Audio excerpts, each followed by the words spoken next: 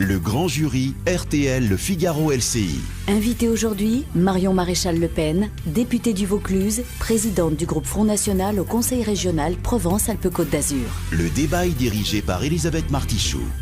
Bonjour à tous dans ce grand jury RTL Le Figaro LCI et bienvenue à vous Marion Maréchal Le Pen. Merci beaucoup. Bonjour. Vous étiez déjà venue dans ce grand studio de RTL, mais c'est la première fois que vous faites entre guillemets un grand jury jusqu'à 13h30. Évidemment, beaucoup de questions à vous poser sur les grands sujets d'actualité. Ils sont très nombreux. On attend vos réponses, d'autant que vous savez parfois cultiver votre singularité au sein du Front National. Pour vous interroger, Guillaume Roquette, directeur du Figaro Magazine, et Christophe Jacubizine, chef des services politiques de TF1 et LCI. Et tout à l'heure, avant la fin de l'émission, Benoît Galeret viendra nous rejoindre. Il aura regardé les réseaux sociaux. Il viendra avec des questions bonus que ceux qui vous auront entendu depuis le début de l'émission auront aussi envie de vous poser. C'est ça, Benoît. Bonjour à vous. Bonjour, c'est exactement ça. Alors, pour les poser, ces fameuses questions, il y a un hashtag, le grand jury, tout attaché. Sur Twitter, je sélectionne les plus pertinents. N'hésitez pas à réagir. Puis, je vous rejoins tout à l'heure. À tout à l'heure. À tout à l'heure. Hashtag, le grand jury. Allez, c'est parti. On va commencer par Nuit debout. Vous avez 26 ans. Depuis décembre, si vous me permettez, c'est sur Internet votre état civil. Je suis pas encore un vous âge, êtes on le jeune. dissimule, donc c'est bon. Voilà, vous êtes jeune. Quel regard d'abord vous portez sur ce mouvement? Est-ce que vous les comprenez? Moi, je vois là de nouveau une construction médiatique totalement artificielle. On essaye de faire croire un grand mouvement citoyen inédit en faisant une espèce de parallèle avec les indignés, comme on a pu voir en Espagne. Moi, je vois surtout, objectivement, une poignée de professionnels de la politique. D'abord, vous voyez, vous y êtes allé ou pas, de militants justement associatifs. Oui, j'ai regardé, j'ai vu les Mais témoignages, vous êtes allé je suis allé voir les vidéos, je suis allé voir justement un certain nombre d'articles de gens qui se sont rendus sur place et qui ont fait un constat un peu plus objectif qu'à travers le filtre gouvernemental en question. Et c'est vrai qu'on se rend compte qu'il y a beaucoup de militants associatifs, il y a beaucoup de syndicalistes, il y a beaucoup de militants politiques, comme les jeunes communistes. Et entre nous, on y voit des gens qui défendent... Donc c'est un mouvement qui est finalement totalement investi, récupéré par des pros de la politique, mais des c'est syndicats. surtout un mouvement qui ne représente rien et personne. C'est un mouvement de jeunes, lycéens, étudiants qui se font plaisir, qui fument du pétard, qui défendent les 25 heures en durée légale du travail, qui cassent d'ailleurs à l'occasion lorsque ça peut leur faire un petit peu plaisir, qui défendent une soi-disant démocratie avec des assemblées générales et qui crachent sur Alain Finkielkraut lorsqu'il se rend à ce type d'événement. Alors ça, c'était hier soir. Voilà, exactement. Donc sincèrement, moi, j'ai pas de sympathie particulière. Mais vous pouvez pour ce comprendre quand mouvement. même ce type d'expression populaire et démocratique, vous qui avez fait partie de mouvements, notamment au moment de la loi pour le mariage pour tous, les veilleurs, etc. Vous pouvez comprendre qu'on puisse... Veilleurs debout, qu'on puisse contester effectivement un pouvoir ou une légitimité démocratique du Parlement par ce type de mouvement de rue. Non, mais qu'il y ait une mobilisation contre le gouvernement, qu'il y ait une colère légitime, je ne remets pas ça en cause. Je dis juste que l'échantillon des personnes qui se mobilisent à travers cet événement-là, déjà, est relativement dérisoire, d'une part, et d'autre part, est quand même, ce sont des militants d'extrême gauche, donc ultra minoritaires, avec des revendications qui sont toutes plus délirantes les unes que les autres, de gens qui commencent même pas encore à travailler et qui sont déjà en train de penser à leurs allocations chômage, c'est assez amusant. Et voilà, et qui m'apparaissent surtout particulièrement sectaires, parce que vous me dites, oui, des grands mouvements citoyens, démocratique. Je veux dire, ce qui s'est passé hier soir est proprement scandaleux. Vous avez Alain Finkielkraut qui vient sur place écouter simplement sans prendre la parole, qui se fait cracher dessus à la limite du lynchage. Voilà, moi je trouve que sincèrement c'est très loin de l'idée du pluralisme que je me fais. C'était pas provocateur de la part d'Alain Finkielkraut qui partage assez peu les convictions. Je sais pas, je croyais que c'était un mouvement citoyen. Alain Finkielkraut est un citoyen comme les autres. Je veux dire, si c'était représentatif de l'ensemble de la population, il ne devrait pas y avoir de difficulté. Mais je ne crois pas que ce soit représentatif. Vous pensez qu'il faut interdire ce mouvement, qu'il faut faire évacuer la place de la République définitivement? Je ne crois pas qu'il faille interdire l'expression politique. Ce qui me dérange en revanche, c'est l'extraordinaire mansuétude du gouvernement à l'égard des casseurs. Quand on voit le nombre d'interpellations dérisoires qu'il y a pu y avoir, alors qu'en parallèle, quand vous avez des jeunes qui vont manifester à Calais contre la disparition de l'état de droit, vous avez 3 mois de prison ferme. Là, voilà, vous sentez que le gouvernement est quand même assez mal à l'aise, parce que c'est son réseau, disons-le franchement. Mais vous n'êtes pas pour l'évacuation l'évacuation de la place. Et vous êtes pour qu'effectivement le gouvernement soit plus sévère à l'égard de ceux qui cassent les vitrines, en partant ou pas, mais vous ne jugez pas nécessaire qu'on interdise ce rassemblement? Moi, ça ne me choque pas qu'il y ait un rassemblement. Au contraire, je suis assez critique à l'égard du dévoiement de l'état d'urgence qui voudrait aujourd'hui que, sous prétexte de la lutte contre le terrorisme, maintenant on interdise toute forme de manifestation, souvent pour des raisons très politiques. Je vous le disais à l'instant, c'est vrai, à Calais. Donc qu'il y ait une expression politique, qu'elle soit autorisée, bon, ça ne me choque pas plus que ça. Et à la limite, ça permettra de révéler le vrai visage de ce qu'est cette manifestation. En revanche, je condamne très fermement aujourd'hui le laxisme total du gouvernement à l'égard de ces casseurs. Christophe Jacubizine. Alors vous avez une phrase très dure là sur les jeunes qui sont là-bas. Vous dites ils pensent déjà à leur indemnité chômage alors qu'ils n'ont pas encore travaillé. Est-ce que ça veut dire que, contrairement à eux, vous soutenez la loi El Khomri? Non, c'est pas ce que je veux dire. D'ailleurs, la loi El Khomri, la critique est beaucoup plus large, parce que là, on est dans une révolution un peu romantique de leur part. Je tiens à préciser d'ailleurs, parce qu'on parle souvent les jeunes. Ce sont des jeunes. Ce ne sont pas les jeunes de France qui sont représentatifs de l'ensemble de la jeunesse française, parce que la jeunesse française vote majoritairement Front National. La jeunesse du mouvement, c'est en partie, effectivement, l'opposition à la loi El Khomri.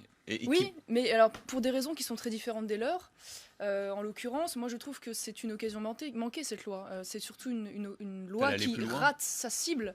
C'est-à-dire que c'est une loi qui se voulait pour aider, libérer les TPE-PME et qui en réalité ne répond absolument pas aux principales problématiques de ces TPE-PME. Je pense aux effets de seuil, notamment au seuil des 10 et des 50 qui sont très traumatisants. Pour installer des instances sociales à l'intérieur de l'entreprise. Oui, non, mais absolument. Et qui entraîne un certain nombre de difficultés qui fait aujourd'hui que vous avez 3 fois plus d'entreprises à 49 qu'à 50, ce qui est quand même révélateur. Je pense à l'accès au crédit, je pense aussi à la représentation syndicale, qui aujourd'hui est une grande difficulté et qui fait qu'on essaye de le contourner cela via des accords d'entreprise sans vouloir traiter le problème. Cette loi n'est pas assez pro-PME. Ah oui, clairement. La loi El Khomri, dans sa première mouture, en tout cas le projet de loi, voulait établir un barème pour limiter les indemnités au prud'homme. Et les patrons de PME demandaient ça, et finalement ça a été abandonné. Est-ce que vous seriez favorable à ce qu'on remette cette limitation des indemnités? Ça a été abandonné en effet. Moi, ce qui me posait une difficulté, c'est que c'était une chose qui pouvait s'appliquer également en cas de licenciement abusif. Bon, ça, sur le principe, ça me posait quand même un problème. Après, qu'il puisse y avoir une volonté de rassurer les chefs d'entreprise dans le cadre d'une procédure prud'homale, je pense que c'est une chose que nous devons entendre. Parce que c'est vrai qu'aujourd'hui, c'est souvent une inquiétude qui est un frein à l'embauche, disons-le franchement. Mais je vous le disais, à côté de ça, quid des baisses des charges? Quid de permettre aujourd'hui aux TPE-PME, par exemple, d'augmenter la durée du travail de leurs salariés? Parce que le problème des accords d'entreprise, c'est que ça va toucher une infime partie des entreprises. Il ne faut quand même pas rêver. Mais ça, c'était prévu au départ par la loi El Khomri. Une plus grande facilité dans le passage, par exemple, de 35 à 39 heures. Non, parce qu'en fait, en réalité, ces accords d'entreprise vont s'adresser à ceux qui peuvent avoir une représentation syndicale. Et donc, une immense majorité des TPE-PME, qui constituent quand même 95% du tissu économique, en seront de toute façon exclus. Donc, auront droit à un mandataire, oui, qui permettrait effectivement aussi au niveau de l'entreprise conclure des accords. Voilà, mais la difficulté, si vous voulez, c'est qu'on voit bien dans la réalisation de cette loi qu'elle ne va pas répondre véritablement aux difficultés des entreprises. Je pense aussi par exemple aux délais de paiement. Voilà, qui mettent aujourd'hui un quart des entreprises à terre et sur lesquelles il n'y a pas de réponse. Moi, j'ai lu très attentivement cette loi. J'y vois même des difficultés supplémentaires. Pardonnez-moi, l'augmentation, par exemple, des heures de représentation syndicale, alors qu'on est déjà en France, un taux de représentation, horaire qui est assez important. Moi, personnellement, je serais plutôt pour les réduire de 20%. Au contraire, elles vont être augmentées. Mais ce qui nous interroge, c'est qu'effectivement, vous étiez pour le retrait de cette loi El Khomri. Infâme, disait Florian Philippot d'ailleurs, parce qu'il fallait défendre aussi les salariés qui se sentaient attaqués. Et aujourd'hui, vous défendez des positions qui sont finalement très libérales. Je me suis pas prononcée à titre personnel pour le retrait.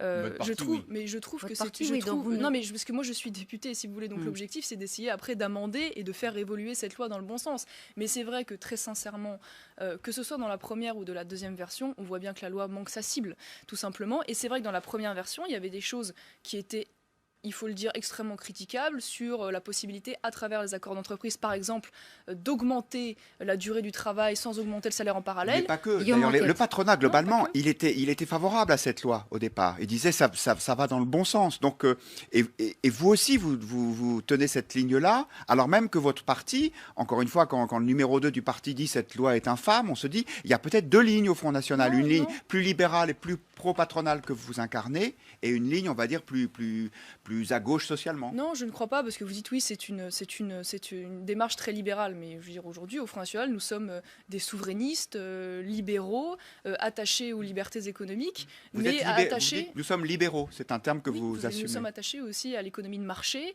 et nous avons une économie qui se veut principalement en faveur des TPE-PME. Ce que nous disons à travers cette loi, c'est que oui, c'est une occasion manquée, parce qu'elle ne va pas s'adresser et régler les problématiques des TPE-PME, tout simplement. Et que même aujourd'hui, les accords d'entreprise tels qu'ils sont rédigés dans la nouvelle loi vont être extrêmement difficiles à mettre en place. Et donc, par conséquent, c'est vrai qu'à moins de révolutionner par amendement cette loi, c'est vrai qu'elle a objectivement pas grand intérêt. Ce que disent Elisabeth et Guillaume, c'est vrai, nous interroge à chaque fois. On se demande toujours si le Front National, au fond, veut être le parti des salariés ou des patrons de PME, TPE. C'est pas le même discours selon qu'on entend Florian Philippot ou Marine Le Pen ou Marion Maréchal Le Pen. Moi, je suis pas dans la lutte des classes, monsieur. C'est-à-dire que je considère que les intérêts des salariés sont pas forcément en contradiction avec les intérêts des chefs d'entreprise. Le CDD, il y a eu le débat du CDD. Est-ce qu'il faut surtaxer le CDD? C'est le débat de la semaine. Moi, j'ai l'effet inverse. C'est-à-dire que je pense au contraire qu'il faut faire une fiscalité incitative pour les CDI. Je pense que la fiscalité punitive ne marche pas. D'ailleurs, on a tenté de la mettre en place. On voit bien que ça a eu des effets relativement peu efficace et qu'on est déjà à un tel degré de fiscalité qu'il faut arrêter de revenir systématiquement. Donc, fiscalité incitative pour les CDI, c'est-à-dire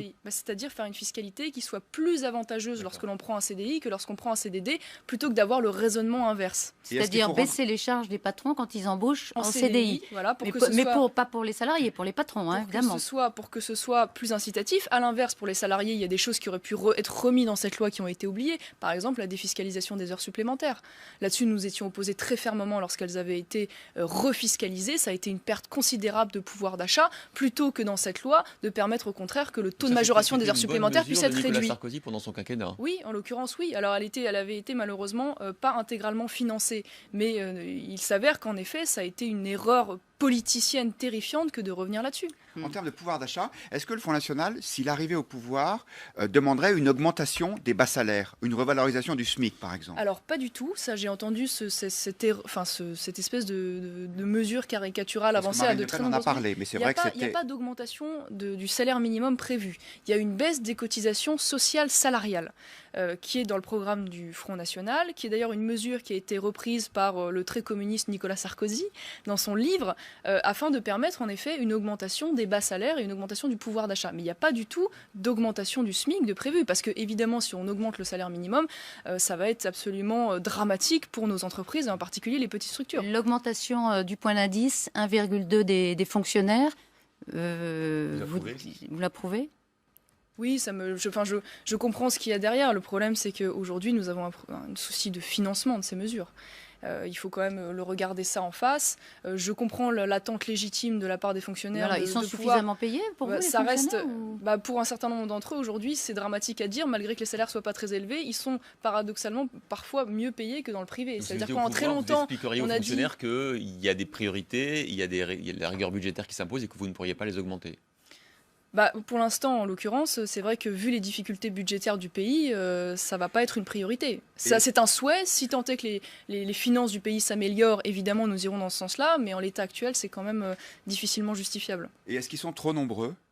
Marine Le Pen a critiqué le non-remplacement d'un fonctionnaire sur deux qui avait été mis en place sous le quinquennat précédent. En fait, c'est l'approche extrêmement mathématique qui a été mise en place, qui a été critiquable. Je pense que sur les secteurs régaliens, il y a au contraire un manque de fonctionnaires. On le voit dans les forces de l'ordre, on voit par rapport à la moyenne européenne, le nombre de forces de l'ordre par rapport au nombre d'habitants est moins élevé en France qu'à travers la moyenne européenne. Donc il y a nécessairement sur les secteurs régaliens peut-être une nécessité d'embauche ciblée, c'est vrai aussi dans la justice. En revanche, il y a un nombre absolument délirant dans la fonction territoriale. Pour être clair, police-justice, vous aimeriez qu'on renforce effectivement les effectifs. Pour les autres, il faudrait les baisser. Au Conseil régional PACA, il y a trop de fonctionnaires. Bien sûr qu'il y a trop de fonctionnaires. Ça a été dit d'ailleurs pendant la campagne, y compris de la part de Christian Estrosi. Et nous avions à ce titre d'ailleurs proposé de ne plus remplacer les départs à la retraite. Mais c'est vrai combien de fonctionnaires au Conseil régional? Alors j'ai plus le nombre exact en tête, mais en tout cas il y a eu une augmentation considérable. Et il continue d'ailleurs à y avoir une augmentation sous Christian Estrosi, parce qu'il y a 160 embauches nettes qui vont arriver, parce qu'ils ne souhaitent pas prendre le parti de dire nous ne remplaçons plus les départs à la retraite. Les accords dans certains conseils généraux, notamment de droite, d'aller vers une augmentation des heures de présence des fonctionnaires territoriaux, une baisse de RTT, vous approuvez cette démarche? En fonction des... après, ça dépend des spécificités de chacun. Mais aujourd'hui, nous en sommes à un tel degré de difficulté budgétaire que ça ne me choque pas. Voilà, ça ne me choque pas aujourd'hui que l'on puisse éventuellement les élus FN baisser... ont voté au Conseil général par Alpes-Maritimes ce type de mesures. Je crois que nous n'avons pas d'élus au Conseil départemental du 06. D'accord. Voilà. Okay. Donc la question ne s'est pas posée, mais sur le principe, vous êtes plutôt favorable. Moi, je pense qu'il faut baisser aujourd'hui le nombre de fonctionnaires territoriaux. Ça paraît évident, ça n'est pas tenable comme ça. Ça a été l'une des dérives d'ailleurs de la libre administration des collectivités territoriales qui fait que nous sommes tombés aussi dans un système un peu clientéliste, disons-le franchement. Alors, on va parler de François Hollande qui était jeudi soir sur France 2 pour une émission face aux citoyens et qui à un moment, confronté à un des citoyens électeurs du Front National, a dit cette phrase: il ne faut pas aller vers un remède qui serait pire que le mal, en parlant du Front National. Donc le remède qui serait mortel, c'est le Front National. Attention aux médecins qui tuent le malade. Voilà. C'est de la politique du slogan, on continue à faire de la morale pour ne pas entrer sur le fond des idées. Moi, ce que je constate, c'est que sa médecine à lui, que ce soit dans le diagnostic ou dans les remèdes, a été quand même relativement peu efficace. Donc on continue en fait d'essayer de faire peur aux Français, mais sans qu'il y ait d'arguments réels et d'arguments de fond qui soient avancés. D'ailleurs, on le voit bien face à cet électeur que François Hollande a été incapable d'apporter une véritable réponse. Objectivement, moi je ne comprends pas comment François Hollande a pu se prêter à cet exercice médiatique. On a assisté à un abaissement terrifiant de la fonction présidentielle. Il se fait couper la parole, il rame, il ment, il essaye de placer coûte que coûte ses petits éléments de langage.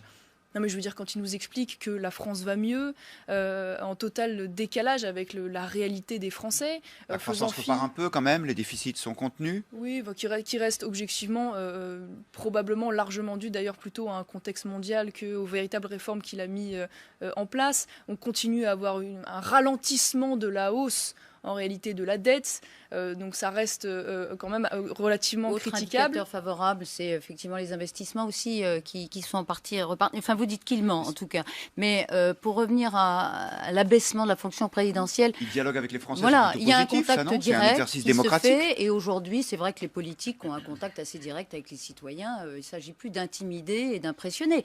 Il y a un exercice, un échange. Que ce soit François Hollande ou que ce soit quelqu'un d'autre, j'estime quand même que il y a une façon aussi d'interroger le président de la République. On peut être sans concession, sans être irrespectueux. Je trouve que quand on coupe la parole au président de la République, ça me gêne. Voilà, que ce soit François Hollande ou quelqu'un d'autre, j'estime que c'est un exercice qui participe de l'abaissement de la fonction présidentielle. Est-ce qu'il y a un moment en particulier qui vous a frappé ? J'ai plus souvenir en tête, j'ai regardé l'intégralité, c'était très long, mais c'est vrai que j'ai trouvé qu'il avait été, à travers la fonction, assez malmené. Moi, je ne défends pas du tout François Hollande, je suis très critique, mais ce qui me dérange, si vous voulez, c'est qu'à travers lui, c'est l'institution en elle-même, si vous voulez, qui est frappée pour lui et pour les suivants. Et c'est ça qui me pose une difficulté. Faut dire aussi pour lui et pour les suivants. Ça a été une erreur terrible de faire cet exercice, puisque évidemment, on ne rattrape pas 4 ans d'échec à travers un grand show de communication, et ça, il va falloir qu'ils finissent par le comprendre. Et que c'est sa défense, si vous voulez, à travers des petits éléments de langage. Oui, le pacte de responsabilité, par exemple, dans le quotidien réel des Français, n'a pas eu du tout l'impact qu'il défend. Juste revenir une seconde sur l'électeur FN, Antoine Demeyer. D'ailleurs, vous le connaissez, il n'est pas adhérent, manifestement. Il n'est pas adhérent. Non, il n'est pas adhérent. Il est électeur. Voilà. Je ne peux pas vous en dire plus. Il a répondu à cette injonction de François Hollande qui consistait à dire que le remède serait plus dur pour le patient qu'autre chose. Il faut parfois guérir le mal par le mal. Le mal, même lui, il parle du Front National en disant c'est le mal. Oui, mais je pense que évidemment la phrase est très maladroite, ça paraît évident. Il reste pas dans l'esprit de vos électeurs que malgré tout, le Front National, c'est négatif, c'est répulsif, ils sont obligés de dire je ne suis pas raciste. Oui, mais ils se sont obligés de se justifier parce que nos électeurs, comme nos élus d'ailleurs, sont acculés en permanence. Et qu'aujourd'hui, je vous le disais, au lieu de nous opposer des arguments politiques de fond, on préfère être dans l'invective, dans la morale, faire une déclinaison de phobie, xénophobe, homophobe, europhobe, et je vous en passe, et que on nous accule sur le plan moral, donc c'est vrai qu'ils se sentent parfois obligés de se justifier. Admettez tout de même que ça doit être relativement impressionnant de se trouver face au président de la République. Vous dites à la fois qu'ils ne sont pas impressionnés, et finalement ils le sont. Non, c'est quand même impressionnant de se retrouver en direct sur un plateau de télévision quand vous êtes un citoyen qui n'est pas rodé à cet exercice, et c'est vrai que, je pense que la phrase est maladroite, mais honnêtement, objectivement, quand vous voyez aujourd'hui en PACA qu'on fait 45%, vous n'allez pas me dire qu'on est uniquement dans un vote d'invective, il y a un vote d'adhésion. Et vous, personnellement, vous sentez que c'est toujours difficile, compliqué, personnellement, d'être du Front National aujourd'hui ? De moins en moins. De moins en moins, je le vois dans l'institutionnalisation du Front National, je le vois dans la façon dont on a été accueillis par les institutions, justement, les chambres d'agriculture, les syndicats patronaux ou salariés pendant la campagne. Ça va de mieux en mieux, mais c'est vrai qu'il continue à avoir un cordon sanitaire, si je puis dire, maintenu artificiellement par nos adversaires, parce que c'est la seule bouée de sauvetage qu'ils ont. Mais ce qui coince le plus aujourd'hui, c'est votre image ou c'est votre programme en particulier économique qui fait peur, la sortie de l'euro Non, je crois qu'il y a beaucoup d'irrationnel. En fait, je le vois, je le perçois. Vous l'avez dit quand même dans une interview à un magazine en ligne. Oui, notre programme économique fait peur, et notamment peur aux retraités. Il y a plusieurs choses. Je crois que notre principale difficulté, en effet, aujourd'hui, se trouve auprès des personnes âgées qui, depuis 40 ans, il faut bien le dire, se font laver le cerveau en expliquant que Front National égale facho, égale nazi. Et donc, il y a une espèce de perception un peu irrationnelle, de peur de l'inconnu, du changement, peut-être plus prégnante chez eux que les autres. Il y a aussi un certain nombre de caricatures qui sont véhiculées par nos adversaires. Vous l'avez relevé tout à l'heure, par exemple, sur l'augmentation du SMIC ou des choses comme ça qui ne nous aident pas. Et puis, c'est vrai, la question de l'euro reste un point de compréhension plus compliqué que les autres. Mais après, c'est toujours le drame d'avoir raison trop tôt. Celle qui est la moins favorable à une sortie de l'euro. Non, je n'ai pas du tout dit ça. D'ailleurs, l'objet du séminaire n'a pas été du tout de remettre en cause le bien fondé. Que vous avez organisé avec les dirigeants du parti pour savoir s'il fallait changer le programme ou non. Il n'y a pas eu de débat du tout sur le bien fondé de revenir à notre souveraineté monétaire et bancaire.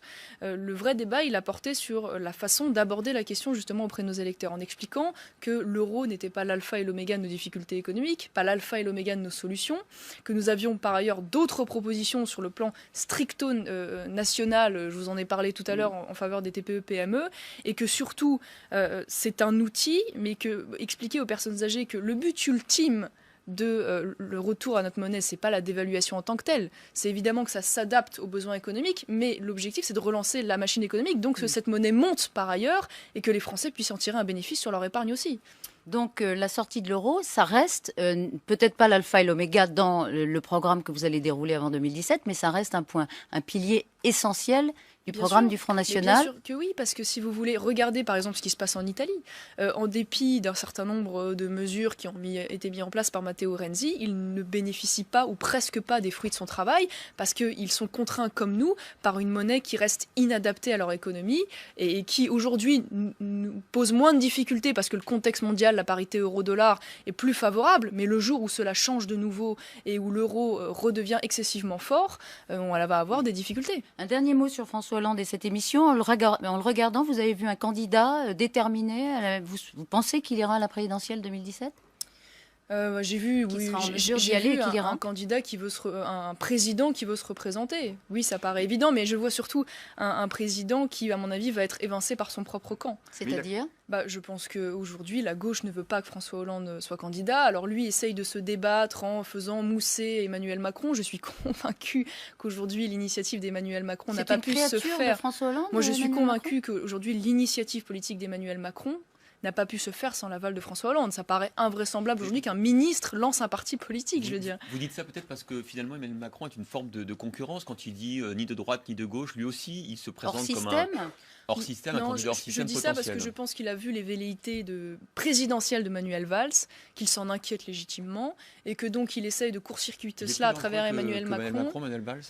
Je ne sais pas s'il est plus dangereux, mais je pense que... Non, mais parce que je vois les velléités présidentielles de Manuel Valls, légitimement par rapport à François Hollande, il aurait, je pense, plus de chance en effet, mais je ne m'inquiète pas pour autant... Vous l'encouragez Manuel Valls plutôt Non, je ne les encourage pas, je n'encourage pas non plus Emmanuel Macron, mais je m'en inquiète pas, je vais vous dire pourquoi, parce que pour moi, Emmanuel Macron, c'est une sorte d'Alain Juppé avec 30 ans de moins et une barbe de 3 jours. Alain Juppé, oui, mais ça veut dire quoi sur le plan hollywoodien Alain Juppé, d'abord, c'est l'adversaire le plus redoutable de Marine Le Pen aujourd'hui dans les sondages. Pour 2017. Ensuite, il a une durabilité forte. Ça veut dire que pour vous, Emmanuel Macron, c'est pas une météorite. C'est pas quelqu'un la coqueluche Macron va pas s'évanouir demain. Il représente quelque chose de stable. Non, ce que je veux dire, c'est que pour moi, c'est la réincarnation ou plutôt la poursuite du logiciel qui nous a menés dans le mur et qui est le logiciel d'Alain Juppé. C'est la génération, il faut quand même avoir conscience, la génération politique qui est en train de sacrifier les 80 générations françaises qui ont précédé et peut-être toutes celles qui vont suivre et qui participent de la même logique. Et surtout, je ne comprends pas. J'ai du mal à saisir en fait l'engouement à l'égard d'Emmanuel Macron. C'est quoi le bilan d'Emmanuel Macron ? Je veux dire, il est président de l'économie maintenant. Il est président de l'économie. Excusez-moi, ministre de l'économie. Pas encore président, fort heureusement. Il est ministre de l'économie maintenant depuis de très nombreux mois. Je veux dire, ça n'a pas empêché le chômage. Aujourd'hui, en creux, il dit qu'il regrette finalement qu'on ait arrêté les réformes, qu'il est empêché et que justement, il va donner des perspectives économiques. Ces gens-là sont aux affaires. Je veux dire, c'est extraordinaire. Il est ministre de l'économie. Il est en train de nous expliquer, alors qu'il est aux affaires, qu'il va tout faire demain et que, en dépit de cela, le chômage a continué à augmenter sous son ministère, qu'il a fait une loi, parce que le bilan d'Emmanuel Macron, c'est une loi dont tout le monde s'est accordé à dire très honnêtement qu'elle n'était pas à la hauteur de l'enjeu, que c'était une espèce de fourre-tout complètement illisible. Cette Macron-mania, justement, vous agace un peu parce qu'elle vous fait un peu peur, peut-être, parce que justement, c'est un phénomène peut-être qui Vous n'avez plus le monopole, comme le disait tout à l'heure Christophe, justement de ce positionnement hors système. Il y a d'autres personnalités qui émergent, qui aujourd'hui font recette dans les sondages et qui peuvent capitaliser d'ici à 2017. C'est vrai, vous ne l'avez plus. Je pense que c'est une construction artificielle. Je pense, et nous l'avons dit à très nombreuses reprises, qu'en effet, le clivage droite-gauche en tant que tel est mort en tant que parti, que le vrai clivage aujourd'hui qui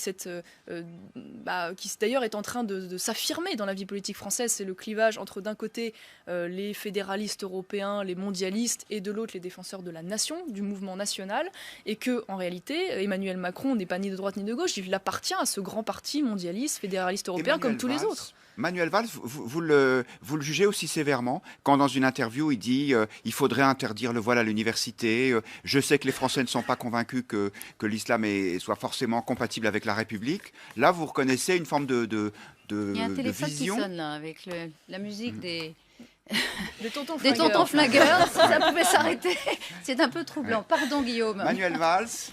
Manuel Valls qui dit, c'est rare chez un homme de gauche, oui, il faut prendre des mesures fortes comme l'interdiction du voile à l'université. Oui, mais le problème, si vous voulez, de Manuel Valls, c'est qu'en effet, on peut lui accorder peut-être un peu plus de lucidité dans les mots, mais concrètement, parlons par exemple de la lutte contre l'islam radical.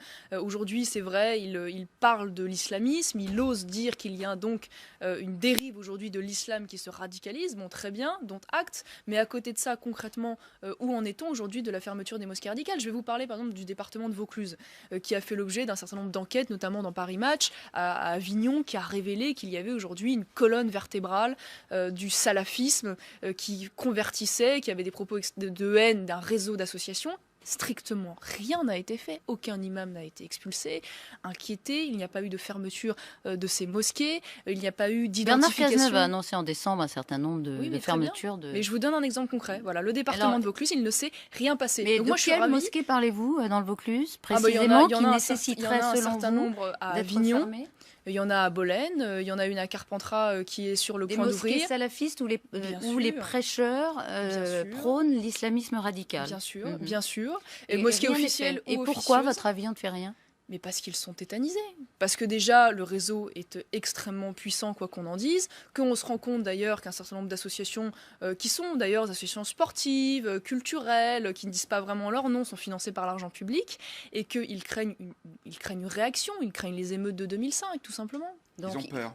Ils ont peur, ils savent que ces réseaux islamistes aussi tiennent parfois les banlieues, à travers aussi indirectement les trafics d'armes, les trafics de drogue, et donc ainsi ils achètent la paix sociale. Ouais. Voilà. Et les maires FN, pour terminer en quelques secondes, on s'arrête dans 30 secondes la première partie, doivent refuser par exemple de prêter des terrains pour que la communauté musulmane puisse prier dans des conditions correctes. Moi, je ne comprends pas l'esprit qui voudrait que ce soit au pouvoir public, soi-disant, d'organiser une espèce d'égalité entre les religions. Je n'ai pas cette lecture-là de la laïcité. Si aujourd'hui des musulmans ont envie d'avoir un lieu de prière, c'est à eux de récupérer l'argent en refusant les financements étrangers, notamment d'un certain nombre de pays comme le Qatar ou l'Arabie Saoudite, et de se trouver leur terrain privé pour aller au bout de la logique. Mais moi, je comprends aujourd'hui, au vu de ce qui est en train de se passer, que les maires, notamment Front National, soient extrêmement exigeants avant d'accorder quoi que ce soit comme permis de construire. Marion Maréchal Le Pen, on se retrouve dans quelques instants pour la deuxième partie du grand jury RTL Le Figaro LCI. L'information, c'est à suivre. À tout de suite.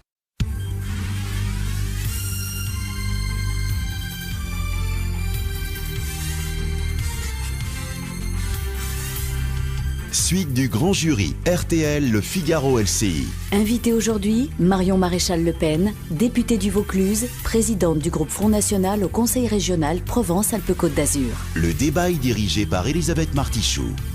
Avec Guillaume Roquette, directeur du Figaro Magazine, et Christophe Jacubizine de TF1 LCI, et Benoît Galeret qui nous rejoindra juste avant la fin de l'émission. Marion Maréchal Le Pen, on évoquait juste avant la pause les dernières déclarations de Manuel Valls. C'était dans Libération mercredi matin, qui a dit un certain nombre de choses sur le vivre ensemble et notamment l'islam. Et la question lui a été posée de l'interdiction du voile à l'université. Il a dit que lui, il serait plutôt favorable. Vous dites... bien. Je dis bien. Je dis dommage que le président de la République ne soit pas d'accord. Je pense en effet que l'université, au même titre d'ailleurs que l'école publique, doit rester un sanctuaire. Je ne vois pas à quel titre on pourrait avoir des signes ostentatoires de Alors la question, religion. C'est comment on fait respecter cette interdiction à l'université ? C'est toujours la même difficulté. Le problème aujourd'hui, c'est que c'est exactement comme sur la loi avec l'interdiction de la burqa. On se rend compte que c'est une loi d'une hypocrisie absolument extraordinaire parce que dans les faits, les forces de l'ordre sont totalement démunies sur le terrain, qu'ils ont même parfois des consignes officieuses évidemment en disant qu'il ne faut pas interpeller parce que ça fait des scandales, parfois même jusqu'à des émeutes et des agressions. La loi n'est pas respectée. Non, la loi n'est pas respectée. Bien sûr que la loi n'est pas respectée. Et nous avons même parfois de généreux donateurs étrangers qui paye, je ne sais plus le nom de cet homme, mais qui, pour le coup, paye les amendes, a décidé de payer les amendes qui étaient infligées à ces femmes qui ne respectaient pas la loi française. Mais elle reste évidemment appliquée de façon très partiale. Ce qui me pose une difficulté aujourd'hui avec la multiplication du voile dans l'espace public, c'est que je rappelle que ça n'est pas un précepte religieux, mais plutôt une tradition culturelle. Dans le département de Vaucluse, qui a une tradition, qui accueille depuis très longtemps des populations de confession musulmane, vous revenez 20 ans en arrière, il n'y avait pas de femmes voilées, et aujourd'hui, vous avez des jeunes filles voilées à partir de l'âge de 13 ans. Et est-ce que donc vous, quand vous demandez l'interdiction du voile, ça n'est pas pour, par exemple, au nom du féminisme et de la nécessité de décourager une forme d'asservissement de la femme, c'est au nom plutôt de la lutte contre l'islamisme radical et la culture. Il y a plusieurs choses. Non, mais il y a plusieurs aspects. Déjà, c'est d'éviter l'exacerbation du communautarisme, de cette espèce de volonté de se fracturer la population française en marquant sa différence, parfois de façon un peu provocante, disons-le franchement, sous l'impulsion d'ailleurs parfois, en effet, d'un islam de plus en plus radical qui pousse et invite les jeunes femmes à se voiler. J'y vois aussi de mon côté, et ça c'est ma position personnelle, en effet, une vision de la femme qui n'a pas la mienne. Voilà, dans la civilisation française, on ne cache pas la femme, au contraire, on la célèbre. Mais dans la civilisation française, il y a la liberté aussi. Vous faisiez la comparaison entre l'université et l'école, mais l'école, en général, on est mineur. À l'université, sauf à être très brillant, on est majeur. Donc après tout, on est libre on est libre de s'habiller comme on veut. Oui, j'entends bien, mais ça reste quand même un lieu d'éducation publique. Voilà, financé par l'argent public, et ce qui se justifie alors au sein de l'école publique, qu'elle soit primaire ou secondaire, je ne vois pas pourquoi ça ne se justifierait pas dans des au facs sein privées, dans des universités privées, ça vous semblerait moins grave. Non, mais ça me semble pas moins grave, mais ce que je veux dire, c'est que les choses se posent de façon différente. Pour le coup, puisqu'on n'est plus dans le cadre de l'argent public et du domaine public. Christophe Jacubizine. Quand le Premier ministre s'interroge sur la compatibilité de la religion musulmane avec la République, tout en disant que lui, il pense qu'il n'y a pas de problème de compatibilité, mais que les Français s'interrogent, est-ce que vous faites partie de ces Français qui s'interrogent sur cette compatibilité de la religion musulmane avec notre République ? En tout cas, je ne me pose pas de questions sur la compatibilité de l'islam radical avec la République. Ça paraît évident, puisque eux sont pour la mise en place d'une loi islamique, de la charia, donc qui est un véritable code civil, si je puis dire. La religion musulmane, qui en général, Non, je ne crois pas. Enfin, on a eu de très nombreux exemples quand l'assimilation était défendue. Il n'y a pas la charia en France. De Français, mais un certain nombre de personnes, et avec une certaine ambiguïté, disons-le franchement, comme l'UOIF par exemple, en font la promotion en sous-main. Je rappelle que l'UOIF, absolument, l'UOIF qui est l'émanation des frères musulmans, qui est une organisation classée terroriste et même interdite dans un certain nombre de pays musulmans comme l'Égypte, par exemple. Pour rebondir sur ce que dit Christophe, vous avez demandé effectivement au Conseil régional de votre région d'interdire l'UOIF. La région n'a rien à voir avec l'interdiction, elle n'en a absolument pas les moyens. C'est un outil qui existe au Conseil régional qui permet au Conseil régional d'interpeller justement le gouvernement sur un certain nombre de sujets. Donc nous avons utilisé simplement cet outil. Et d'ailleurs, les Républicains et Christian Estrosi également a refusé de voter ce vœu. Ça ne me surprend pas. Lui, il finance les associations de il l'UEIF dans sa mairie. Il a demandé publiquement l'interdiction de l'UEIF, donc il est d'accord avec vous. Je vous en remercie. Merci de le rappeler. Si l'association, effectivement, ne clarifie pas ses positions par rapport à l'islamisme c'est exactement radical. ce que je n'ai pas compris de la part de Christian Estrosi. Vous êtes d'accord tous les deux? Manifestement, nous ne sommes pas d'accord parce qu'il fait des grandes déclarations d'intention dans les médias et lorsque concrètement on lui demande un acte fort, il refuse d'aller au bout de sa logique. Ce qui est vrai aujourd'hui, c'est qu'il faut se poser la question éventuellement de la nécessité de mettre en place un consistoire avec les musulmans de France en demandant en effet une clarification sur un certain nombre de sujets, parce qu'aujourd'hui un certain nombre d'imams sont très ambigus sur la question, qu'ils disent au pouvoir public ce qu'ils ont envie d'entendre, et en sous-main continuent d'inviter un certain nombre de prédicateurs. C'est vrai par exemple aujourd'hui à Nice avec Annie Ramadan. Il finance en sous-main Il finance des associations sportives de l'UEIF, en effet, dans sa mairie. Mais l'UEIF, c'est pas l'islamisme radical. C'est une émanation des frères musulmans, qui est elle-même porteuse d'une lecture très radicale de l'islam. C'est une émanation, pour finir, c'est une organisation transcourant, si on peut dire. Mais évidemment, tous les gens qui ne sont pas dedans sont des islamistes radicaux, mais il y en a quand même un certain nombre. Alors, Guillaume Roquette, Christophe Jacubizine. Une image d'humanité, peut-être, il y a 48 heures, le pape est revenu de Lesbos avec une douzaine de réfugiés syriens, dont 6 mineurs. Est-ce que voilà, ce geste vous semble nécessaire et quel message on doit en tirer? Quel message on doit en tirer? Moi, le pape est un guide spirituel. Ça n'est pas un guide politique. Et il accueille ces réfugiés au Vatican. Déjà, ça a le mérite au moins de la cohérence, puisque comme il appelle les peuples européens à les accueillir, au moins il va au bout de sa logique en accueillant un certain nombre, même si c'est relativement peu, au Vatican.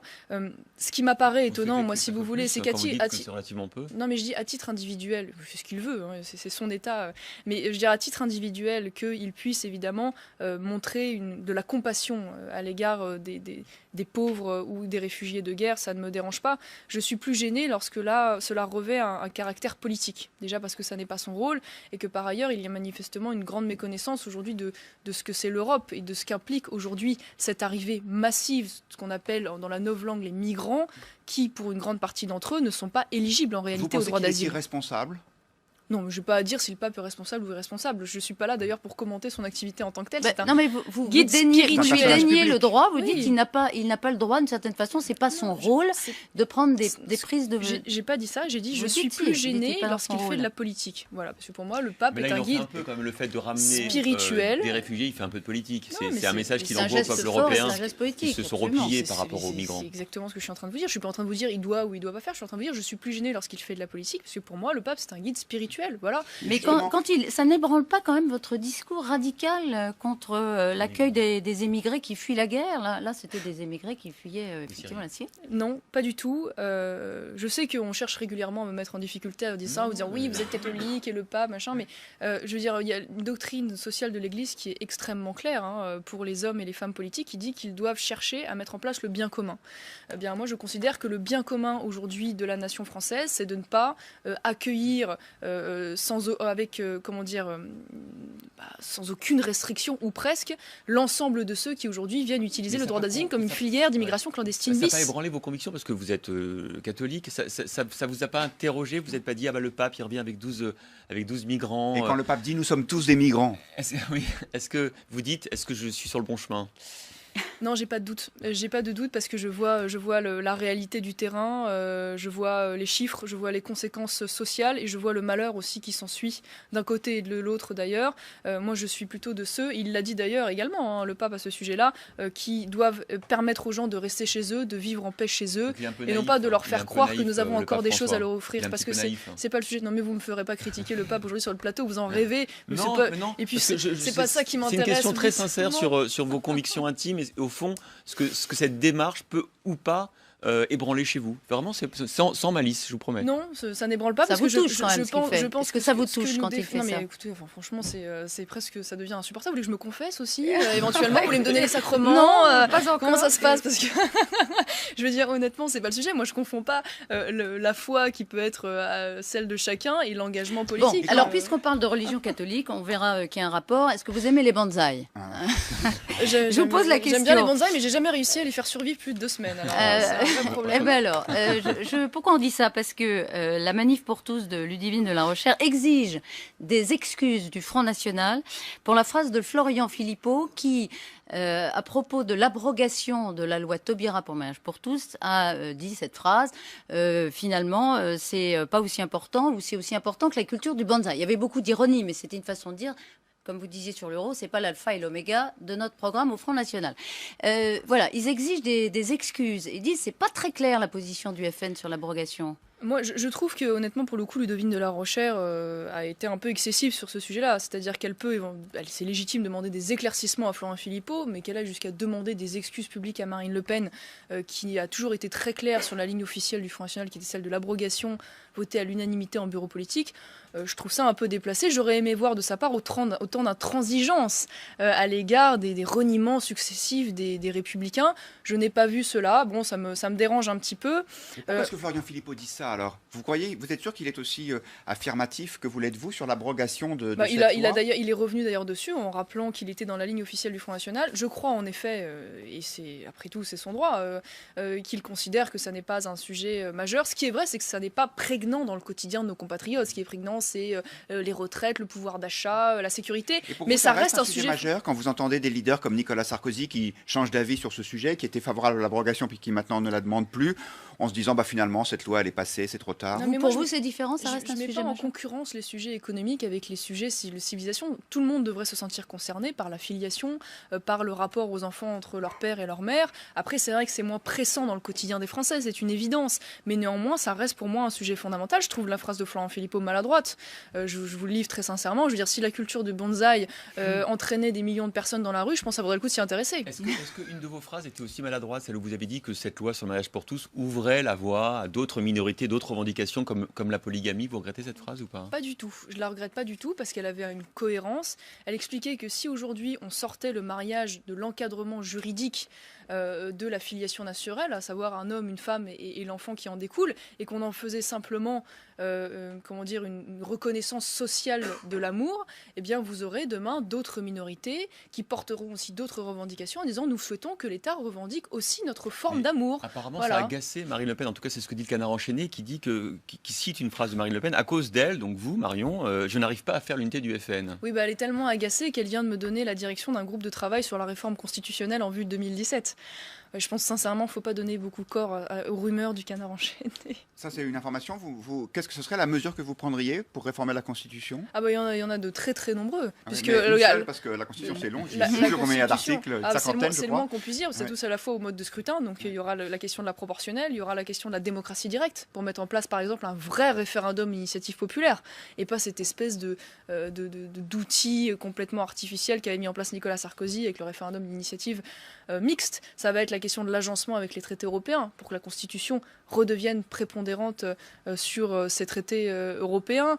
Voilà, ça va être vraiment extrêmement large. Parce que, par exemple, à un moment donné, il peut y avoir certains droits qui se font obstacle à la mise en place d'une politique Front National dans la Constitution. Je pense au préambule de 46 et tout ça. Est-ce qu'il y a des freins? Il y a un certain nombre de freins. Il y a notamment une partie de la jurisprudence aussi du Conseil constitutionnel qui va nous amener à nous poser la question de savoir comment on peut dépolitiser ce Conseil en mettant peut-être en place des juristes expérimentés et pas en faire, je peux dire, un moyen de retraite dorée de ceux qui n'ont plus leur place en politique pour arrêter d'avoir des décisions politiques. Parce que par exemple, je vous donne un exemple très concret, aujourd'hui, le regroupement familial est constitutionnalisé. Ça veut dire que la loi ne peut plus supprimer le regroupement familial. Ça, c'est à cause du préambule de la Constitution, dans lequel il y a la Déclaration des droits de l'homme de 1947, de mémoire. 46. Donc 46. Est-ce que vous pensez qu'il faut donc enlever, par exemple, de la Constitution cette déclaration qui permet au Conseil constitutionnel de se prononcer sur beaucoup de sujets? C'est un vrai problème, c'est la question du bloc de constitutionnalité, donc c'est-à-dire de la base sur laquelle se fonde le Conseil constitutionnel pour rendre ses décisions. Et c'est vrai qu'à ce titre, il y a dedans la Déclaration de 1789, la Charte de l'environnement et la Constitution de 1946. La logique voudrait qu'on les sorte. Parce qu'en effet, ce sont des textes qui ont valeur symbolique, pas juridique. Ils ont été le moyen pour les juges constitutionnels d'avoir une jurisprudence extrêmement interprétative, très loin du texte, voilà, et puis symbolique, et qui aujourd'hui permettent un pouvoir considérable. Après, nous allons justement réfléchir à cela, sans remettre en cause évidemment la légitimité d'un Conseil constitutionnel, mais de savoir comment on dépolitise cela et on redonne tout son pouvoir à la souveraineté nationale. Le mois dernier, vous avez tendu la main à un certain nombre de responsables de droite que vous avez nommés d'ailleurs, Henri Guénaud, Jacques Millard, Éric Ciotti, Nicolas Dupont-Aignan, Philippe de Villiers, en disant on a des choses à faire avec ces gens-là, ils pourraient rentrer dans notre gouvernement, il y a une alliance qui serait souhaitable avec eux. Est-ce que vous avez eu des retours? Est-ce qu'ils vous ont répondu? Non. Non, ils m'ont pas Aucun d'entre eux. Non, ils m'ont pas répondu. Après, il y en a un certain nombre avec qui j'ai des rapports tout à fait courtois et cordiaux. Moi, je les invite juste. Non, mais un certain nombre de députés qui sont à l'Assemblée, ou Philippe de Villiers, ça ne nous aura pas échappé puisqu'il avait appelé à voter pour moi aux élections régionales. C'est vrai que j'essaye simplement de voir la cohérence. Je considère en effet qu'il y a un courant aujourd'hui au sein des Républicains qui malheureusement est minoritaire, qui est un courant national, souverainiste, patriote, qui a beaucoup plus de points de convergence avec nous qu'avec la ligne officielle des Républicains. Et que ces gens-là, très honnêtement, devraient travailler avec nous. Voilà, donc je souhaite qu'il y ait une recomposition de la droite française. Marine Le Pen sur la même ligne que vous? Marine Le Pen est dans une démarche d'ouverture. Elle a fait très souvent des appels à Nicolas Dupont-Aignan. Je suis sûre qu'elle n'aura Il y avait aucune deux lignes à difficulté l'époque. Il y avait on va faire exploser la droite et on récupère un, ou alors on fait des alliances. Il y avait deux stratégies qui étaient un petit peu différentes. Non, mais le problème, si vous voulez, c'est qu'en l'état actuel de la ligne des Républicains, on ne peut pas faire d'alliance. Je veux dire, ce serait incohérent sur le plan politique. On pourrait éventuellement travailler avec des personnalités au coup par coup au niveau local, ce qui se fera sûrement peut-être aux législatives.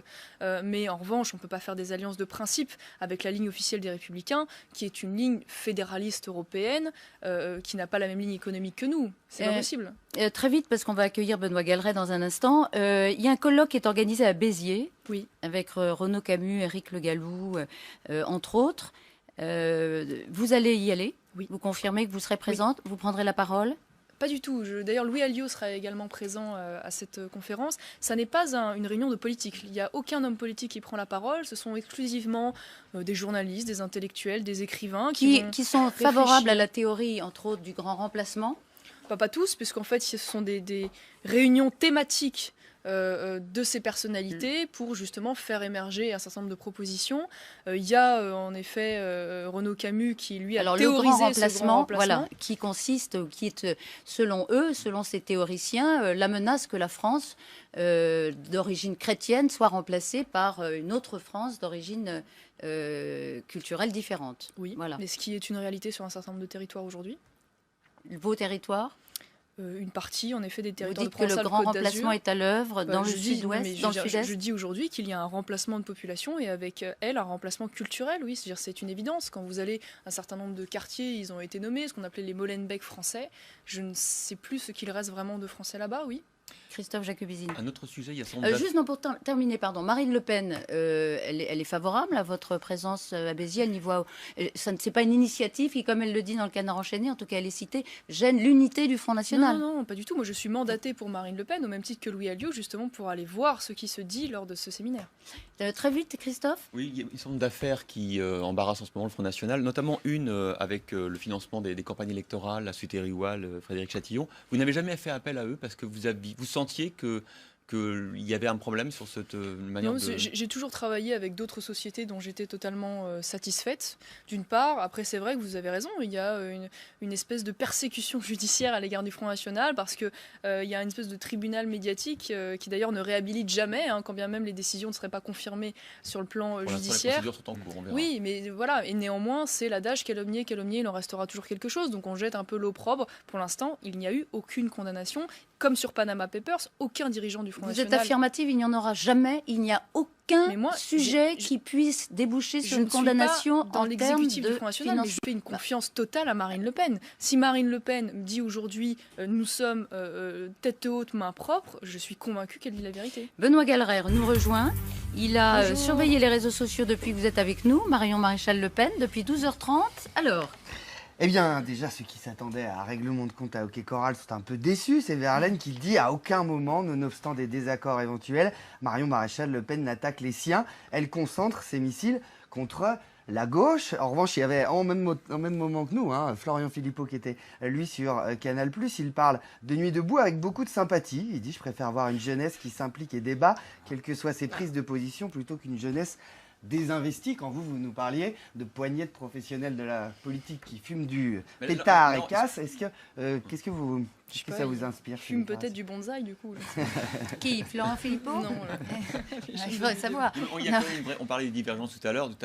Avant de rentrer dans l'émission, vous avez menacé vos invités au plateau de les envoyer à la place de la République, ce qui ne se tenait pas à carreau. Oui, parce que quand on voit l'accueil qui a été fait à l'Infinkelkraut, je doute que nous soyons correctement accueillis. C'est un simulacre de démocratie là-bas. C'est un épiphénomène ou un phénomène, mis-debout? Je pense que c'est quelque chose qui en politique n'existe que ce qu'il ne paraît exister. Donc étant donné qu'ils ont une tribune médiatique extraordinaire, inversement proportionnelle au nombre qu'ils représentent, ça existe, ça va avoir un poids politique, mais je pense que ça fera pchit, ça ne durera pas dans le temps parce qu'il y a un décalage monumental aujourd'hui entre les aspirations du peuple français et les revendications un peu romantiques, si je puis dire, pour dire ça gentiment, de certains de ces jeunes. Florian Philippot est un romantique. Comme il y a un décalage entre Florent Philippot et vous. C'est romantique. Si vous n'êtes pas toujours d'accord. Non, mais on n'est pas des clones non plus, vous savez. Moi, tant mieux. Alors il y a des primaires à droite, à gauche, et c'est Quentin qui vous demande où est la démocratie au FN. Est-ce que Marine Le Pen est candidate à la présidentielle à vie pour ce parti?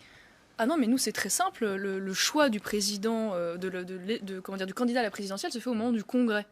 Nous n'avons pas importé ce système américain des primaires qui nous apparaît, nous, extrêmement délétère pour la vie politique française parce que pendant des semaines, il accapare l'attention sur les guerres d'ego, de personnes, de règlements de compte. Et donc, simplement, notre choix du candidat, il se fait au moment du choix du président du parti, au moment du Congrès, donc de façon totalement démocratique. Est-ce qu'un jour, vous espérez que ce soit vous, ces Carthaginois, qui demandent, n'êtes-vous pas soulagé de ne pas avoir remporté la présidence PACA, qui vous aurait finalement un peu exclu de la scène nationale avec cette règle sur le non-cumul? Ah non, je ne suis pas soulagé du tout parce qu'on avait un projet extrêmement ambitieux pour cette région et je pense que même au niveau national, cela aurait participé de l'accélération de l'arrivée au Front National du pouvoir parce que l'un des grands reproches qui nous est fait, c'est de dire oui, mais on ne sait pas ce que vous allez donner une fois aux affaires. Quand on voit ce qu'on fait dans nos mairies, l'efficacité politique que ça engendre, avec une région, ça aurait décuplé évidemment notre crédibilité. Mais est-ce que vous avez l'ambition d'être candidate, comme le demandait votre Pas du tout. Alors moi, je dois dire que je suis très étonnée parce que je les vois tous se précipiter pour vouloir être président de la République. Je peux vous dire que personnellement, c'est pas quelque chose qui me donne très envie. Vous émettez un doute, une sorte de tentation de Venise. Vous dites en 2017, j'aurai 27 ans, je pourrais faire autre chose. C'est-à-dire que vous n'êtes pas sûr de faire de la politique? Non, j'ai pas en effet totalement pris ma décision, pour être honnête avec vous, en 2017. Disons que moi, j'ai une inquiétude. Je suis passionnée par ce que je fais. J'ai envie de me battre pour mon pays, mais j'ai une inquiétude qui est de finir comme un certain nombre aujourd'hui de responsables politiques qui sont sclérosés dans la vie politique française, en place depuis 10, 20, 30 ans. Et j'ai pas envie de finir comme ça. Voilà. Benoît. Un exemple concret, la question est très simple, elle vient de Descamps. En 4 mandats de député à l'Assemblée nationale, en quoi avez-vous été utile? J'ai pas 4 mandats. J'ai pas encore 4 mandats. En 4 ans de mandat de député, oh là là, je sais même plus lire les tweets. En 4 ans de mandat de député à l'Assemblée nationale, voilà, ça c'est plus cohérent. En quoi avez-vous été utile? Ça a été une tribune quand même extrêmement importante. Il faut savoir qu'il y a quand même un ton terriblement monolithique aujourd'hui à l'Assemblée nationale sur des grands sujets, que ce soit sur la question européenne, entre autres, et nous avons une voix discordante. On a quand même, j'en suis convaincue, apporté au débat public. Ça a été vrai par exemple sur la loi sur la prostitution. Nous avons été les seuls à relever que c'était une nouvelle filière d'immigration clandestine, puisque dorénavant, des femmes étrangères prostituées pourront, en souhaitant sortir de la prostitution, avoir un titre de séjour et une indemnité à ce titre. Allez, très vite, une question des deux. Vous parliez de la primaire à droite. Est-ce que vous mettez tous les candidats à la primaire de la droite et du centre dans le même sac, ou est-ce qu'il y en a que vous trouvez plus compatibles avec vos idées? Oui, j'aime bien Jean-Frédéric Poisson. Voilà, qui reste un candidat minoritaire. Après, moi, honnêtement, dans les 10 candidats que je vois, je ne vois pas de souverainiste, déjà. Il y a Jacques Millard qui veut se présenter. Oui, je ne vois pas de souverainiste. Il y a deux difficultés, moi. Dans les candidats que je vois, je ne vois pas de souverainiste, d'une part. Ça me pose quand même une vraie difficulté. Je ne vous parle même pas des questions migratoires et sécuritaires. Et je ne vois pas de candidat, c'est très étonnant d'ailleurs, pas un seul ne défend des alliances locales avec le Front National. Alors que pourtant, une majorité de leurs électeurs est favorable à cela. C'est quand même drôle de voir la déconnexion. Christophe. Moi, je vais faire mon Benoît Galeret, j'ai repéré un tweet. Tout à l'heure, vous disiez que Emmanuel Macron, c'était Alain Juppé avec 30 ans de moins. Il y a Elijah qui dit que Marion, c'est Marine avec 30 ans de moins. C'est presque pas totalement faux. Mais alors ça va vous mener loin, ça va vous mener en tout cas à voyager, parce que comme elle, vous avez des étapes internationales, vous allez en Russie, vous allez rencontrer Vladimir Poutine? Ah non, pas du tout. Mais en fait, je fais simplement mon travail de député, parce que vous savez, je suis en commission des affaires étrangères. Donc, tout simplement, je suis amenée naturellement à faire des voyages. Je n'ai pas du tout prévu de rencontrer Vladimir Poutine. Il a autre chose à faire. Vous aviez annoncé que vous iriez en Syrie. Vous allez y aller. Le voyage est toujours à l'état de projet, en effet. C'est en train d'être finalisé pour rencontrer la population, un certain nombre d'autorités, peut-être politiques, religieuses. À quel moment vous irez en Syrie? La date est pas arrêtée encore. Et en Israël, où le Front National n'a jamais pu vraiment se...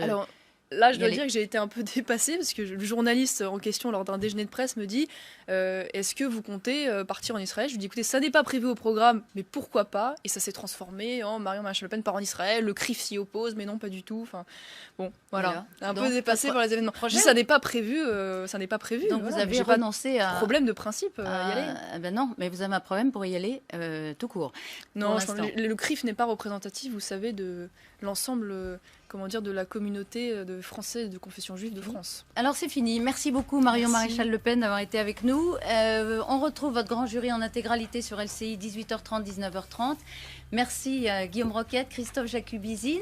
Le replay sur RTL. Et j'en profite pour dire que sur rtl.fr, il y a une nouvelle sur le site, un tas de contenu politique qui est lancé à partir de demain, rtl.fr. N'hésitez pas. Merci à vous, Marion Maréchal Le Pen. Beaucoup. Bonne journée à tous. Au revoir.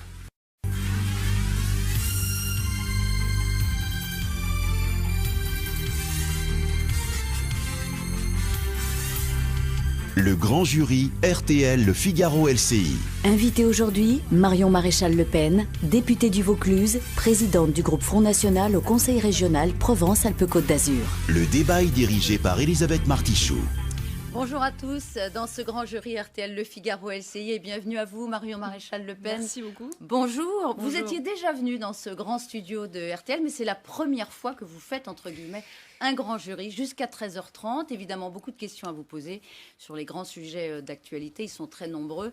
On attend vos réponses, d'autant que vous savez parfois cultiver votre singularité au sein du Front National. Pour vous interroger, Guillaume Roquette, directeur du Figaro Magazine, et Christophe Jacubizine, chef des services politiques de TF1 et LCI. Et tout à l'heure, avant la fin de l'émission, Benoît Galeret viendra nous rejoindre. Il aura regardé les réseaux sociaux. Il viendra avec des questions bonus que ceux qui vous auront entendu depuis le début de l'émission auront aussi envie de vous poser. C'est ça, Benoît. Bonjour à vous. Bonjour, c'est exactement ça. Alors, pour les poser, ces fameuses questions, il y a un hashtag, le grand jury, tout attaché. Sur Twitter, je sélectionne les plus pertinents. N'hésitez pas à réagir. Puis, je vous rejoins tout à l'heure. À tout à l'heure. À tout à l'heure. Hashtag, le grand jury. Allez, c'est parti. On va commencer par Nuit debout.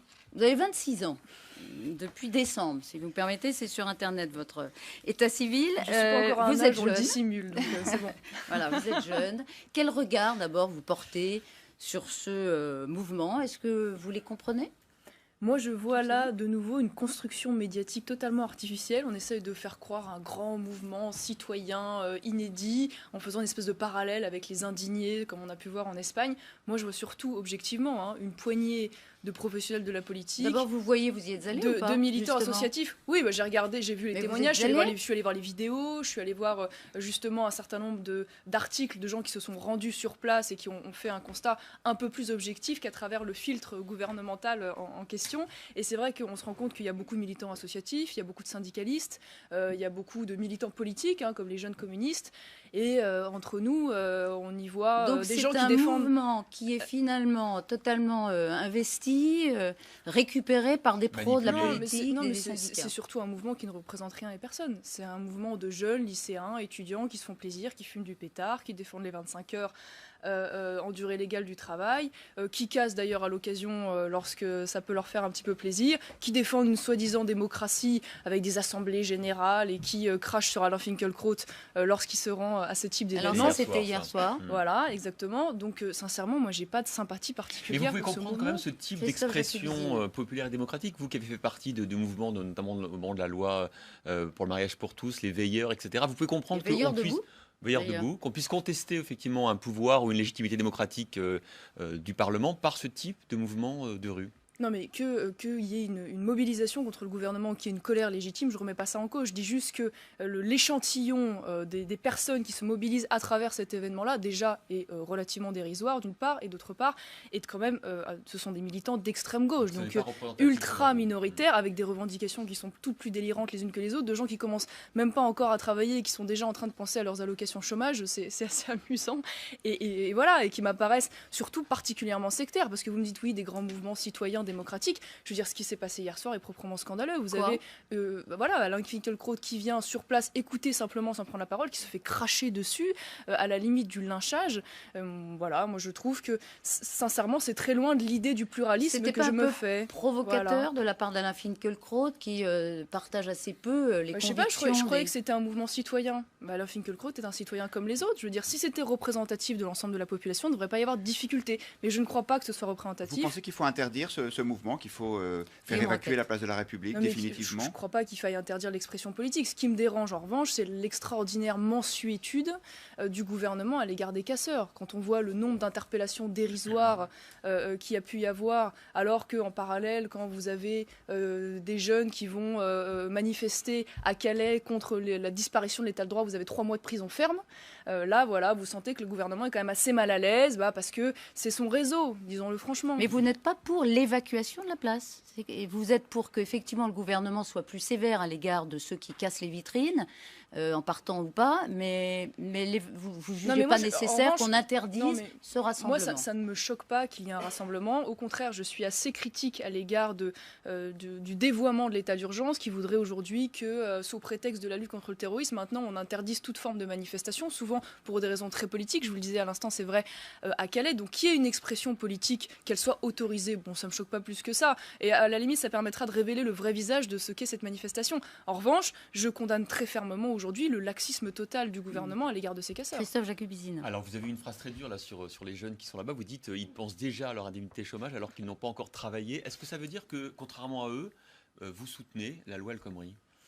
Non, c'est pas ce que je veux dire. D'ailleurs, la loi El Khomri, la critique est beaucoup plus large, parce que là, on est dans une révolution un peu romantique de leur part. Je tiens à préciser d'ailleurs, parce qu'on parle souvent les jeunes. Ce sont des jeunes. Ce ne sont pas les jeunes de France qui sont représentatifs de l'ensemble de la jeunesse française, parce que la jeunesse française vote majoritairement Front National. La jeunesse du mouvement, c'est en partie, effectivement, l'opposition à la loi El Khomri. Mais alors, pour des raisons qui sont très différentes des leurs, en l'occurrence, moi je trouve que c'est une occasion manquée, cette loi. C'est surtout une loi qui rate sa cible. C'est-à-dire que c'est une loi qui se voulait pour aider, libérer les TPE-PME et qui en réalité ne répond absolument pas aux principales problématiques de ces TPE-PME. Je pense aux effets de seuil, notamment au seuil des 10 et des 50 qui sont très traumatisants. Pour installer des instances sociales à l'intérieur de l'entreprise. Non, mais absolument. Et qui entraîne un certain nombre de difficultés qui fait aujourd'hui que vous avez 3 fois plus d'entreprises à 49 qu'à 50, ce qui est quand même révélateur. Je pense à l'accès au crédit, je pense aussi à la représentation syndicale, qui aujourd'hui est une grande difficulté et qui fait qu'on essaye de le contourner cela via des accords d'entreprise sans vouloir traiter le problème. Cette loi n'est pas assez pro-PME. Ah oui, clairement. La loi El Khomri, dans sa première mouture, en tout cas le projet de loi, voulait établir un barème pour limiter les indemnités aux prud'hommes. Et les patrons de PME demandaient ça, et finalement ça a été abandonné. Est-ce que vous seriez favorable à ce qu'on remette cette limitation des indemnités? Ça a été abandonné en effet. Moi, ce qui me posait une difficulté, c'est que c'était une chose qui pouvait s'appliquer également en cas de licenciement abusif. Ça, sur le principe, ça me posait quand même un problème. Après, qu'il puisse y avoir une volonté de rassurer les chefs d'entreprise dans le cadre d'une procédure prud'homale, je pense que c'est une chose que nous devons entendre. Parce que c'est vrai qu'aujourd'hui, c'est souvent une inquiétude qui est un frein à l'embauche, disons-le franchement. Mais je vous le disais, à côté de ça, quid des baisses des charges ? Quid de permettre aujourd'hui aux TPE-PME, par exemple, d'augmenter la durée du travail de leurs salariés? Parce que le problème des accords d'entreprise, c'est que ça va toucher une infime partie des entreprises. Il ne faut quand même pas rêver. Mais ça, c'était prévu au départ par la loi El Khomri. Une plus grande facilité dans le passage, par exemple, de 35 à 39 heures. Non, parce qu'en fait, en réalité, ces accords d'entreprise vont s'adresser à ceux qui peuvent avoir une représentation syndicale. Et donc, une immense majorité des TPE-PME, qui constituent quand même 95% du tissu économique, en seront de toute façon exclus. Donc, auront droit à un mandataire, qui permettrait effectivement aussi au niveau de l'entreprise conclure des accords. Voilà, mais la difficulté, si vous voulez, c'est qu'on voit bien dans la réalisation de cette loi qu'elle ne va pas répondre véritablement aux difficultés des entreprises. Je pense aussi par exemple aux délais de paiement. Qui mettent aujourd'hui un quart des entreprises à terre et sur lesquelles il n'y a pas de réponse. Moi, j'ai lu très attentivement cette loi. J'y vois même des difficultés supplémentaires. Pardonnez-moi, l'augmentation, par exemple, des heures de représentation syndicale, alors qu'on est déjà en France, un taux de représentation, horaire qui est assez important. Moi, personnellement, je serais plutôt pour les réduire de 20%. Au contraire, elles vont être augmentées. Mais ce qui nous interroge, c'est qu'effectivement, vous étiez pour le retrait de cette loi El Khomri. infâme, disait Florian Philippot d'ailleurs, parce qu'il fallait défendre aussi les salariés qui se sentaient attaqués. Et aujourd'hui, vous défendez des positions qui sont finalement très libérales. Je me suis pas prononcée à titre personnel pour le retrait. Je trouve que c'est non mais parce que moi je suis députée, si vous voulez, donc l'objectif c'est d'essayer après d'amender et de faire évoluer cette loi dans le bon sens. Mais c'est vrai que très sincèrement, que ce soit dans la première ou de la deuxième version, on voit bien que la loi manque sa cible, tout simplement. Et c'est vrai que dans la première version, il y avait des choses qui étaient, il faut le dire, extrêmement critiquable sur la possibilité, à travers les accords d'entreprise, par exemple, d'augmenter la durée du travail sans augmenter le salaire en parallèle. Mais pas que. D'ailleurs, le patronat, globalement, il était favorable à cette loi au départ. Il disait ça va dans le bon sens. Donc, et vous aussi, vous tenez cette ligne-là, alors même que votre parti, encore une fois, quand le numéro 2 du parti dit cette loi est infâme, on se dit, il y a peut-être deux lignes au Front National. Une ligne plus libérale et plus pro-patronale que vous incarnez, et une ligne, on va dire, plus à gauche socialement. Non, je ne crois pas, parce que vous dites oui, c'est une démarche très libérale, mais je veux dire, aujourd'hui, au Front National, nous sommes des souverainistes, libéraux, attachés aux libertés économiques, nous sommes libéraux, c'est un terme que vous assumez. Nous sommes attachés aussi à l'économie de marché,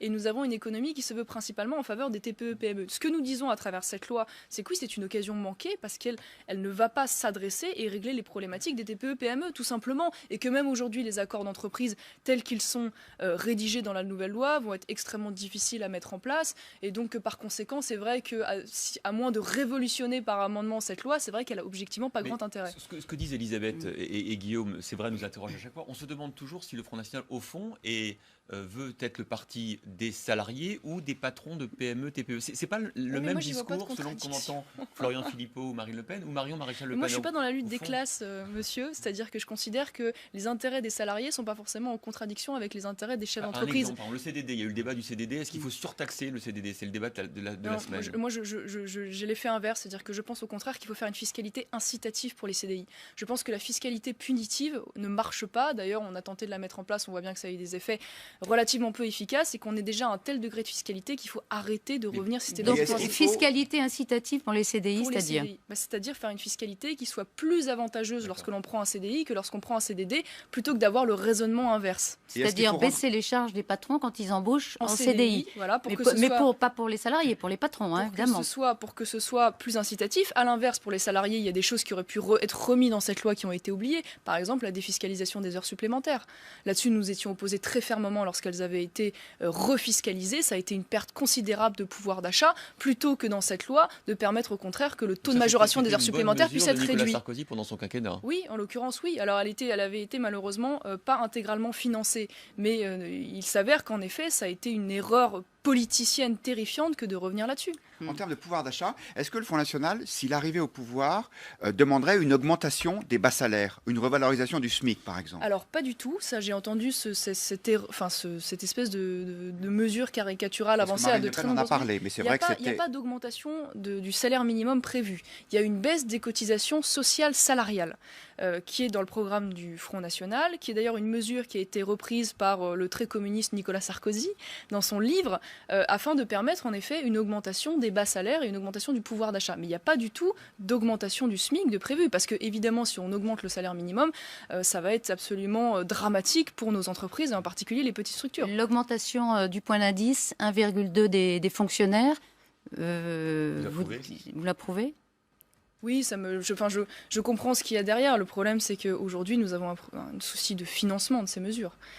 Il faut quand même le regarder ça en face. Je comprends l'attente légitime de la part des fonctionnaires. Voilà, ils sont suffisamment payés pour vous, ça reste, pour un certain nombre d'entre eux, aujourd'hui, c'est dramatique à dire, malgré que les salaires ne soient pas très élevés, ils sont paradoxalement parfois mieux payés que dans le privé. C'est-à-dire que pendant très longtemps, on a dit qu'il y a des priorités, il y a la rigueur budgétaire qui s'impose et que vous ne pourriez pas les augmenter.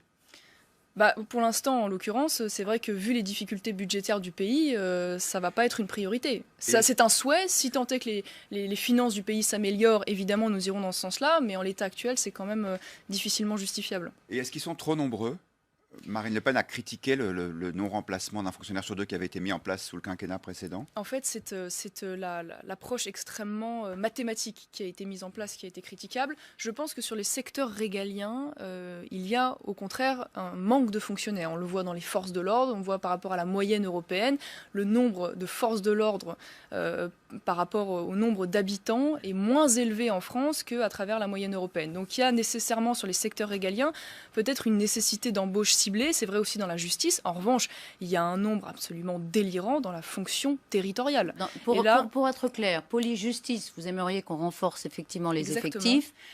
Pour les autres, il faudrait les baisser. Au conseil régional PACA, il y a trop de fonctionnaires. Bien sûr qu'il y a trop de fonctionnaires. Ça a été dit d'ailleurs pendant la campagne, y compris de la barre de Christian Estrosi. Et nous avions à ce titre d'ailleurs proposé de ne plus remplacer les départs à la retraite. Mais c'est vrai combien de fonctionnaires au conseil régional? Alors j'ai plus le nombre exact en tête, mais en tout cas il y a eu une augmentation considérable. Et il continue d'ailleurs à y avoir une augmentation sous Christian Estrosi parce qu'il y a 160 embauches nettes qui vont arriver parce qu'ils ne souhaitent pas prendre le parti de dire nous ne remplaçons plus les départs à la retraite. Les accords dans certains conseils généraux, notamment de droite, d'aller vers une augmentation des heures de présence des fonctionnaires territoriaux, une baisse de RTT, vous approuvez cette démarche ?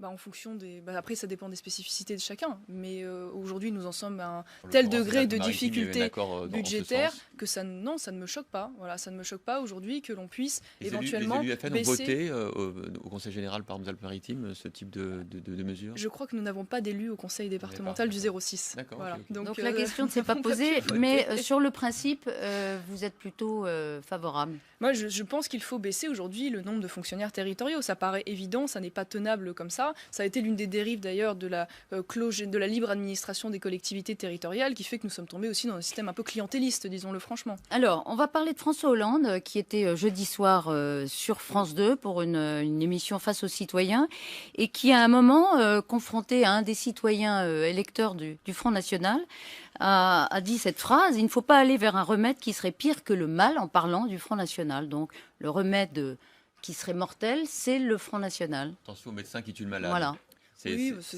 C'est de la politique du slogan, on continue à faire de la morale pour ne pas entrer sur le fond des idées. Moi, ce que je constate, c'est que sa médecine à lui, que ce soit dans le diagnostic ou dans les remèdes, a été quand même relativement peu efficace. Donc on continue en fait d'essayer de faire peur aux Français, mais sans qu'il y ait d'arguments réels et d'arguments de fond qui soient avancés. D'ailleurs, on le voit bien face à cet électeur que François Hollande a été incapable d'apporter une véritable réponse. Objectivement, moi je ne comprends pas comment François Hollande a pu se prêter à cet exercice médiatique. On a assisté à un abaissement terrifiant de la fonction présidentielle. Il se fait couper la parole, il rame, il ment, il essaye de placer coûte que coûte ses petits éléments de langage. Non mais je veux dire, quand il nous explique que la France va mieux, en total décalage avec la réalité des